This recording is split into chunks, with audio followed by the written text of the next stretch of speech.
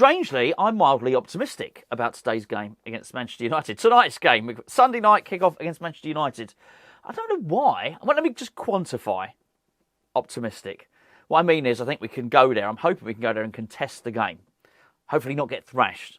A draw would be nice. I'm not saying we're going to go and beat them 4-0. I don't know why I am. I just something about it. I think we're going to go for it. But Moyes got a serious decision to make, particularly in light of, I was going to say Leeds' performance. We'll get onto that in a little bit because I do want to talk about the Sam Allardyce stuff. But talking about quantify something, got to quantify, nay, clarify something from yesterday's video where I clearly didn't make myself clear enough because some people were saying on there, you're deluded if you think West Ham can hire an elite manager or deserve an elite manager. Wasn't what I was saying at all. In fact, I actually said in the video that I don't think that West Ham can expect to hire someone like Guardiola or Ancelotti or whoever you perceive an elite manager to be. My point absolutely was that I was responding to reports in the press that we were looking to hire an elite manager and that elite manager's name was Paulo Fonseca.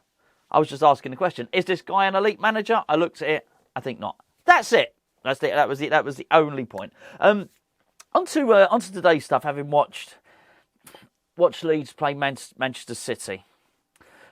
The scoreline was closer than the game actually was. I didn't feel that Man City got out of third gear, and I watched the whole game, and I haven't really been taken in by the Sam Allardyce stuff. I haven't been worried about Sam Allardyce turning up at Leeds United. Perhaps I should have done. Maybe I should have done. Maybe I sort of underplayed it a little bit. Do you know what it is? I've just heard so much of it in a time being a West Ham fan. I've heard so much of Allardyce's crap. I sort of tune out. I'm mildly aware of the other day he was saying he was, I don't know, I can't even paraphrase him accurately. Something like him being as good as Guardiola or Klopp or anything. Something like that. I might have it wrong. I tuned out. I saw some people were laughing at him, some people were outraged. Honestly, I tuned out to it. And I'll tell you why, because I've heard it all before. His first ever press conference that he did as West Ham manager. Now, David Moyes got a lot of stick for his. David Moyes says, well, I'm a winner. What I do is win games, remember? That was his first press conference, actually. Sam Allardyce said, no team of mine will ever lose a 3-goal lead or will ever concede 3 goals, that sort of thing. And it was just utter nonsense. I know how to defend. Honestly, we conceded 3 goals plenty of times under Sam Allardyce. Something else that he said, which was absolutely not true. In his first press conference as West Ham manager, he said this club has got a soft underbelly. Actually, I think he might have heard that point. I think we possibly have been a bit flaky at points during our history. But what he actually said was, we always used to love coming here as a player. We always used to know we could go to Upton Park and come away with the 3 points. And then what happened is someone actually went and had a look at his record as a player. He played for Notts County, played for Millwall and the rest of it. And I think he'd got one single draw. I think all his trips that he'd had as a player to Upton Park, right, he'd never won. But he made out every time. Every time I go to West Ham, we win. West Ham are a soft club. I'm here. I'm Big Sam. I'm here to sort it out. That was pretty much what he was saying. So I sort of tuned out of it. The Bobby Moore stuff. Remember the Bobby Moore stuff? It was Bobby Moore's one of Bobby Moore's anniversaries, and sad anniversary of his death. I'm talking about was when Sam Allardyce was at the club. The press sat down and they asked Allardyce. They said to him, "Say a few words about Bobby Moore, please, Sam."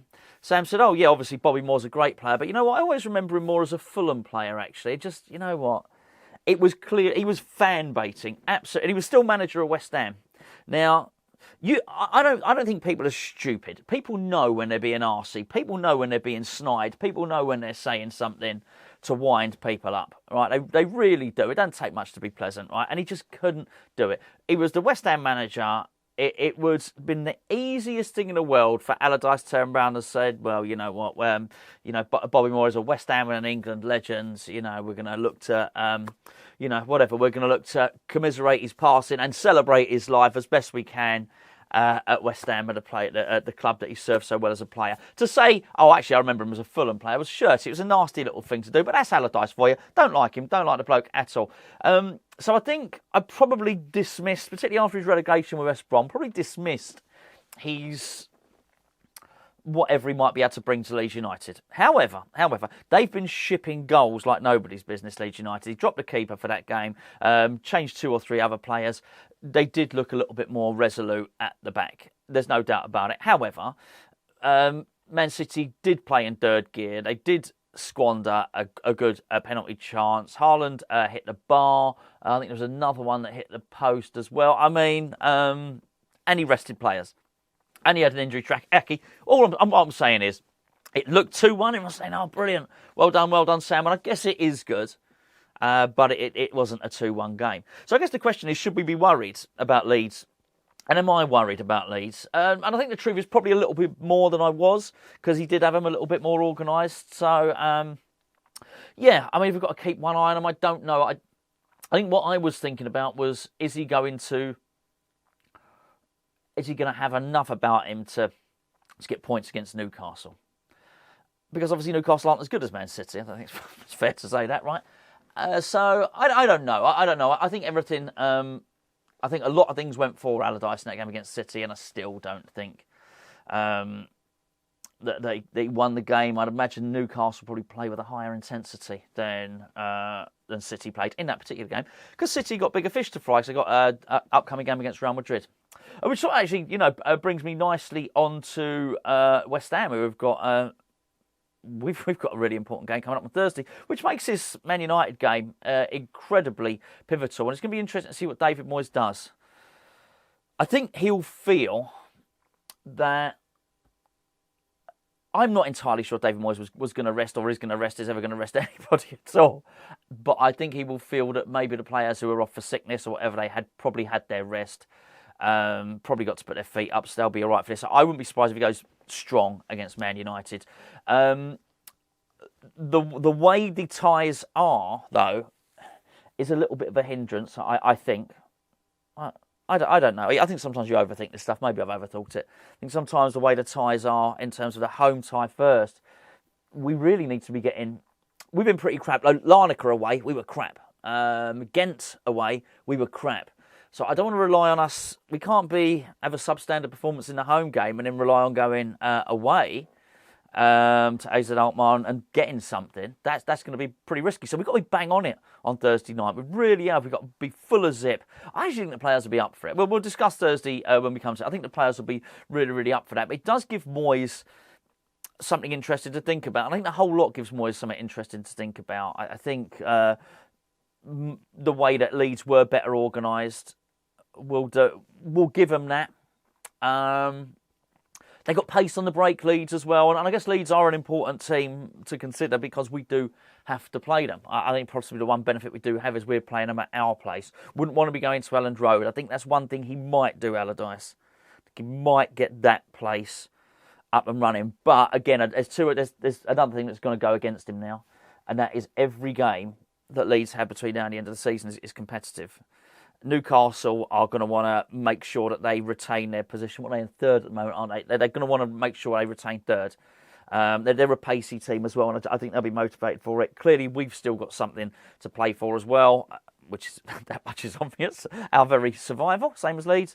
And now Tottenham. I mean, Tottenham are not purring by any stretch of the imagination, but they got a 1-0 win against Palace, wasn't it? Harry Kane got the only goal.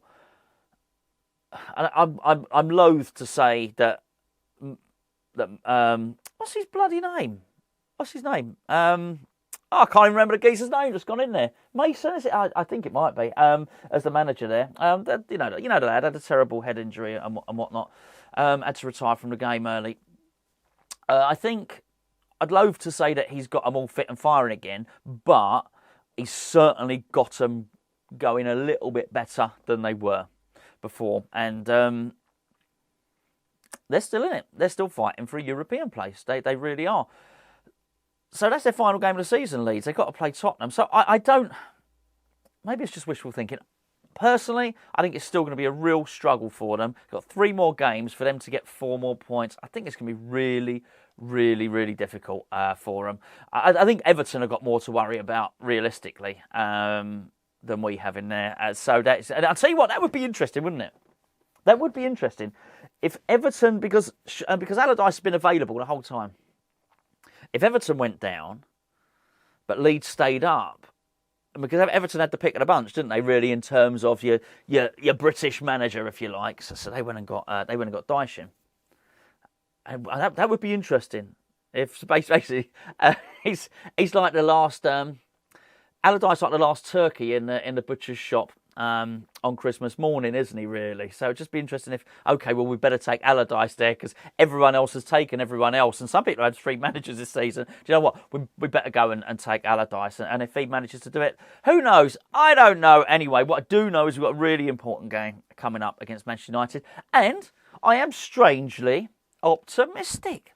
Strangely so. I don't know. Maybe I will feel differently come 9 o'clock tonight.